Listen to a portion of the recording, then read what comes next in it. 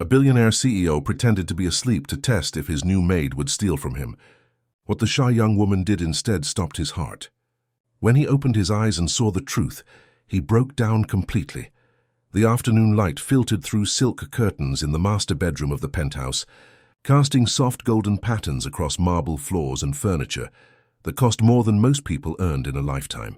The air carried the faint scent of expensive cologne and fresh lilies arranged in crystal vases. Everything in this space designed to demonstrate wealth without vulgarity, power without ostentation. In the center of an enormous bed lay Marcus Wellington, billionaire CEO of Wellington Industries, his eyes closed but his mind completely alert, his breathing carefully controlled to mimic sleep, while every nerve ending stayed focused on what was about to happen. He'd been betrayed before by people he trusted, by employees who saw his wealth as something to exploit rather than respect.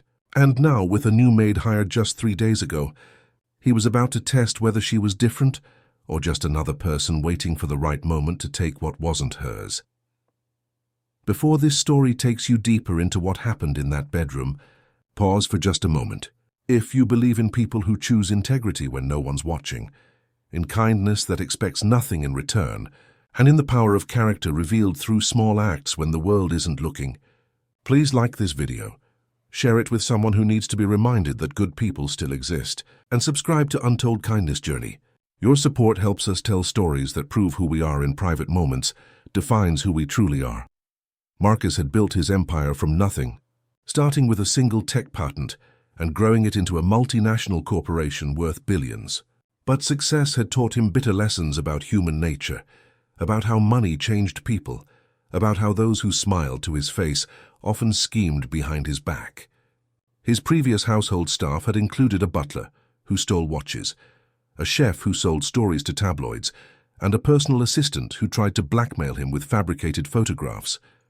Trust had become a luxury Marcus could no longer afford, replaced by constant vigilance and tests designed to expose people's true character before they could cause damage. The new maid, a young black woman named Sarah Mitchell, had been hired through an agency with impeccable references. She was 24 years old, impossibly shy, barely making eye contact during her interview. Her voice so soft Marcus had to lean forward to hear her answers. She needed the job desperately, supporting her younger sister through college after their parents died in a car accident 2 years earlier. The agency vouched for her honesty and work ethic, but Marcus had heard similar assurances before, had trusted references that turned out to be worthless. So he'd devised a test, crude perhaps but effective, a way to see who Sarah really was when she thought no one was watching. He'd left his wallet on the nightstand, positioned deliberately within easy reach, filled with $5,000 in cash that would be immediately noticed if it went missing. His Rolex, worth $80,000, sat beside it, gleaming in the afternoon light. His laptop, containing access to bank accounts with hundreds of millions, lay open on the dresser with the password conveniently written on a sticky note attached to the screen.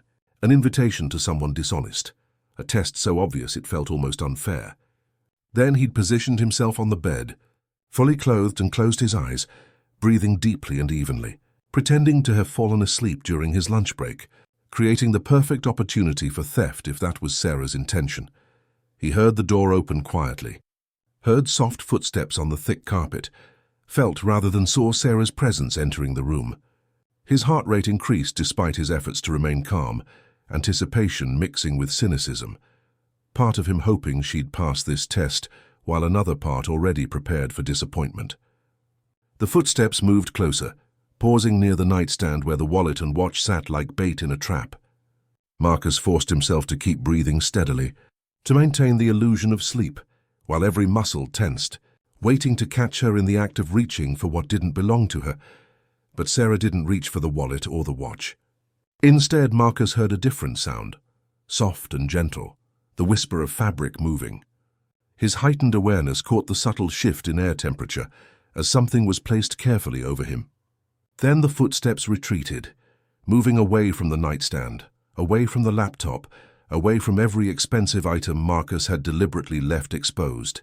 He heard her moving around the room quietly, heard the soft sounds of cleaning, of careful tidying, of someone performing her job with diligence, even though she believed no one was watching. No one would know if she cut corners or skipped tasks. Curiosity overwhelmed Marcus's patience. He opened his eyes slightly, just enough to see through his lashes without being obvious, and what he saw made his throat tighten. Sarah had covered him with a blanket, a soft throw from the chair across the room, tucking it gently around his shoulders with the care someone might show a child. She was now carefully organizing papers on his desk that he'd left deliberately scattered, not reading them or touching his laptop, simply straightening them into neat piles. Her movements were economical and respectful, never lingering over personal items, never showing interest in anything beyond her assigned duties. But then Sarah did something that shattered every cynical assumption Marcus had built. She noticed a framed photograph on his dresser, one of Marcus with his late mother taken years before her death, before the illness that had taken her slowly and painfully. The frame had tarnished slightly, neglected in his grief because looking at it hurt too much. Sarah picked it up carefully, pulled a soft cloth from her cleaning supplies, and began polishing the frame with gentle precision, her movements reverent, as if understanding that photographs of lost loved ones deserved special care. She cleaned the glass until it sparkled, removing fingerprints and dust with patient attention, then placed it back exactly where it had been, adjusted slightly so it caught the light better. Marcus's eyes filled with tears he couldn't control.